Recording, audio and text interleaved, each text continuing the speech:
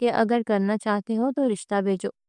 اگر تم اپنی ماں کو منا نہیں سکتے تھے تو تمہیں پیار کرنے کا کوئی حق نہیں ہے۔ تم ابھی سے میرے لیے کوئی سٹینڈ نہیں لے سکتے تو بعد میں کیا کرو گے؟ وہ چبا چبا کر بولتی جا رہی تھی۔ میں انہیں منا لوں گا اور ہمیشہ تمہارا ساتھ دوں گا، پلیز ایک بار مجھ پہ یقین کر لو۔ وہ اس کا ہاتھ تھامتے ہوئے بولا تو وہ ایک جھٹکے سے اپنا ہاتھ چھڑواتے ہوئے سیڑھیوں کی جانب بڑھ گئی۔ میری ایک بار بات تو سن لو، وہ جلا کر بولا۔ ریحان، اندر سے چاچی کی چنگاتی ہوئی آواز آئی تو وہ تیزی سے بات کو بیچ میں ہی چھوڑتے ہوئے اندر کی جانب بڑھ گیا۔ اب یہ تلخ مسکراہٹ سے اوپر سیڑھیاں چڑھ کر پہنچی تو اس کا 14 سالہ بھائی ربی وہاں چارپائی پر بیٹھا اپنی پڑھائی کر رہا تھا اور ماں وہاں بنے کچن میں سالن بنا رہی تھی۔ آپ ہی وہ سر نے کہا اگر میری فیس اس مہینے کے آخر تک جمع نہیں ہوئی تو میں میٹرک کے پیپرز نہیں دے پاؤں گا، وہ آہستہ سے بولا۔ تو ابیہ اس کے بال بکھیرتے پاس بیٹھی۔ فکر مت کرو، میں ایڈوانس بھی لے لوں گی، میری نوکری لگ گئی ہے، وہ جلدی سے بولی۔ اچھا واقعی؟ کیا نوکری کرنی ہے؟ اور تنخواہ کتنی ملے گی؟ اس کی ماں نے پاس آ کر پوچھا۔ وہ ایک ٹیچر کی نوکری ملی ہے اور بس وہاں جا کر بچوں کو پڑھانا ہے اور 15-16 ہزار دے دیں گے، وہ آہستہ سے بولی۔ اتنی تھوڑی تنخواہ میں کیا ہوگا؟ اس کی ماں نے افسردہ انداز میں کہا۔ امی، ابھی تھوڑی ہے تو کیا ہوا، آہستہ آہستہ بڑھ جائے گی۔ پھر آپ بھی جانتی ہیں نا، میں نے صرف انٹر کی ہے اور اتنی پڑھائی والی کو ایسی نوکری ملنا بھی بہت بڑی بات ہوتی ہے، وہ جلدی سے بولی۔ چلو ٹھیک ہے، اس کی ماں نے کہا اور پھر دوبارہ کچن کی جانب بڑھ گئی۔ وہ بوجھل دل سے کمرے میں آئی اور اپنے ہاتھوں کی لکیروں کو دیکھنے لگی۔ ایم سوری ماں، میں آپ سے جھوٹ بول رہی ہوں کہ میں ایک اسکول میں ٹیچنگ کروں گی، مگر مجھے یہ کرنا ہی پڑا کیونکہ پرائیویٹ اسکول میں صرف 4-5 ہزار روپے پے مل رہی ہے اور اتنے میں گزارا نہیں ہوتا، اس لیے میں نے یہ قدم اٹھایا۔ وہ تصور میں ان سے مخاطب ہوئی۔ پھر اگلے ہی دن وہ صبح صبح اٹھی، تیار ہونے کے بعد وہ باہر سے رکشہ کروا کر ایک ہوٹل کے سامنے پہنچی۔ وہاں موجود اسٹاف روم میں پہنچی تو اس کی دوست ندا وہیں پر موجود تھی۔ جلدی سے یونیفارم چینج کر لو، دراصل ایک بہت بڑا بزنس مین ہے، وہ آ رہا ہے یہاں پر۔ سر نے کہا ہے کہ کسی قسم کی کوئی کوتاہی نہیں ہونی چاہیے، اس شخص کی بہت اہم میٹنگ ہے۔ ندا نے اسے انسٹرکشن دی تو وہ جلدی سے اپنا ہاتھ چلانے لگی۔ آج پہلا دن تھا تو وہ کافی ڈری ہوئی تھی۔ کچھ دیر کے بعد وہ ندا کے ساتھ ہی اس شخص کے کمرے میں کافی پہنچانے کے لیے پہنچی اور دروازہ نوک کیا تو اندر سے ایک بچے کی رونے کی آواز آ رہی تھی۔ کون ہے؟ اندر سے اس شخص کی آواز سنائی دی۔ روم سروس، ندا نے پکارا تو ساتھ ہی دروازہ کھل گیا۔ وہ اندر داخل ہوئی تو وہ شخص دوسری طرف منہ کیے ایک بچے کو کندھے پر لگائے فون سن رہا تھا۔ پھر جیسے ہی وہ پلٹا تو ابیہ اسے دیکھ کر ایک دم چونک گئی، مگر جلد ہی وہ اپنے تاثرات پر قابو پا چکی تھی۔ ندا جلدی سے کافی بنا کر اس شخص کی طرف لے گئی اور وہ چپ چاپ ایک سائڈ پر کھڑی برتن خواہ خواہ سیٹ کیے جا رہی تھی۔ بچے نے تو قسم کھا رکھی تھی کہ آج چپ نہیں ہونا۔ پلیز بابو چپ ہو جاؤ نا، اتنا تنگ مت کرو بابا کو، وہ بولا تو ابیہ کی آنکھوں میں نمی سی محسوس ہوئی۔ پھر وہ دھیرے سے چلتی ہوئی پاس آئی اور غور سے اس شخص کو دیکھا جس کی آنکھوں کے آگے سیاہ ہلکے پڑے تھے، جو بتا رہے تھے کہ وہ کئی راتوں سے ٹھیک سے سو نہیں پایا۔ سر، اسے مجھے دے دیجیے۔ ہرگز نہیں، تم لوگ بچوں کی کیئر کر نہیں سکتے اور ایسے ہی نمبر بنانے کے لیے آ جاتے ہو، وہ تڑک کر بولا۔ اس کے انداز پر ابیہ کو غصہ تو بہت آیا مگر وہ خود پر قابو پا گئی۔ سر، ایک بار آپ دے تو دیجیے، آپ کافی پی لیجیے، تب تک میں بچے کو سنبھال لوں گی، وہ بولی تو اس نے متذبذب انداز میں اسے دیکھا۔ اچھا ٹھیک ہے، لیکن بچے کو لے کر کہیں نہیں جاؤ گی، ادھر میرے سامنے ہی بیٹھی رہنا، وہ جلدی سے بولا۔ ابیہ نے اس بچے کو کندھے سے لگایا اور اسے تھپ تھپائے ہوئے لوری گنگنانے لگی اور آخر اس کی آواز سن کر تھم سا گیا تھا۔ اس کی آواز کا ہی کمال تھا کہ وہ بچہ اس کے کندھے سے لگ کر سو چکا تھا۔ ابیہ نے اسے آہستہ سے سامنے بیڈ پر لٹایا اور اس کے گرد تکیہ لگاتے ہوئے وہ مڑی تو آہل شاہ اسے ہی دیکھ رہا تھا۔ تھینک یو سو مچ، یہ آپ کا معاوضہ، اس نے اپنے بٹوے میں سے 5,000 کا نوٹ نکال کر اس کی طرح بڑھاتے ہوئے کہا۔ سوری سر، ہر چیز کی قیمت نہیں ہوتی، اور معاف کیجیے، میں نے آپ سے پیسے لینے کے ارادے سے یہ سب نہیں کیا تھا، وہ اسے پاٹ لہجے میں بولی اور پھر پیسے ہی اگنور کرتے ہوئے باہر نکل گئی۔ ندا بھی تیزی سے اس کے پیچھے بھاگی تھی۔ ارے تم پاگل ہو، لے لیتی پیسے، ہم دونوں آدھے آدھے کر لیتے، ندا نے اسے گھورتے ہوئے کہا۔ پلیز ندا، میں ایسے ہی پیسے کیوں لوں؟ میری ان کے ساتھ کوئی ڈیل نہیں ہوئی، میں نے صرف انسانیت کے ناطے اس بچے کو چپ کروایا ہے، اور انسانیت کی کوئی قیمت نہیں ہوتی، اور یہ شخص اپنے آپ کو سمجھتا کیا ہے؟ ہمیشہ یہ دوسرے انسان کو پیسوں میں ہی تولتا ہے۔ وہ تڑک کر بولی، ہمیشہ؟ مطلب کیا تم اسے پہلے سے جانتی ہو؟ ندا نے پوچھا تو وہ سر جھٹک کر نفی میں سر ہلا گئی۔ پھر وہ ندا کے ساتھ باقی کمروں میں بھی روم سروس دینے لگی۔ کچھ دیر گزری تو وہ ابھی اسٹاف روم میں آ کر کھانا کھانے لگی تھی کہ مینیجر ہامتا کامتا اس کے پاس آیا۔ پلیز جلدی چلو، آہل سر کا بہت غصے سے برا حال ہے، اور وہ کب سے تمہیں بلانے کی کوشش کر رہے تھے، مگر تمہارا نام ہی نہیں انہیں پتا تھا، تو وہ ندا نے اب بتایا تو میں جلدی سے بھاگ آیا ہوں تمہارے پاس۔ پلیز چلو، ان کا بچہ بہت رو رہا ہے، مینیجر نے کہا تو اس نے اپنا ٹیفن بیگ کے اندر رکھا اور بیگ کندھے پر ڈالتی ہوئی وہ ان کے ساتھ باہر نکل گئی۔ کچھ دیر میں وہ آہل شاہ کے کمرے میں دوبارہ موجود تھی اور وہ بچے کو چپ کروانے میں بے حال ہو رہا تھا۔ جیسے ہی ابیہ نے جا کر اس بچے کو تھاما تو وہ چپ چاپ اسے دیکھنے لگا۔ واٹ دا ہیل بابو، بابا آپ کو اتنی دیر سے چپ کروا رہے تھے اور آپ چپ ہی نہیں ہو رہے تھے۔ وہ تب کر ایسے بولا جیسے وہ 6 ماہ کا بچہ اس کی ساری باتیں سمجھتا ہو۔ سر، کبھی کبھار ہوتا ہے، بچے کو کوئی لمس اچھا لگتا ہے، وہ آہستگی سے بولی۔ ارے لمس تو ٹھیک ہے، لیکن بھوک لگی ہے، دودھ پلا رہا تھا وہ تو پی لیتا کم از کم، وہ چڑھ کر بولا۔ لائیے مجھے دیجیے دودھ، میں پلاتی ہوں، اس نے کہا تو آہل شاہ نے دودھ کی بوتل اسے تھمائی تو ابیہ نے ایک دم چونک گئی۔ اتنا گرم دودھ؟ ابیہ نے ہاتھ کے پشت پر ڈال کر گھبرا کر کہا۔ گرم تھا کیا؟ مگر مجھے تو محسوس نہیں ہوا، ایسا لگا نارمل ٹیمپریچر ہے، وہ سر کھجا کر بولا۔ دودھ کو بوتل سے چیک نہیں کرتے، ہاتھ کی پشت پر ڈال کر چیک کرتے ہیں، پھر اس کا ٹیمپریچر معلوم ہوتا ہے۔ آپ کو پتہ ہے اس کے ساتھ اس کے منہ میں چھالے بن سکتے تھے، وہ اسے ڈانٹتے ہوئے بولی۔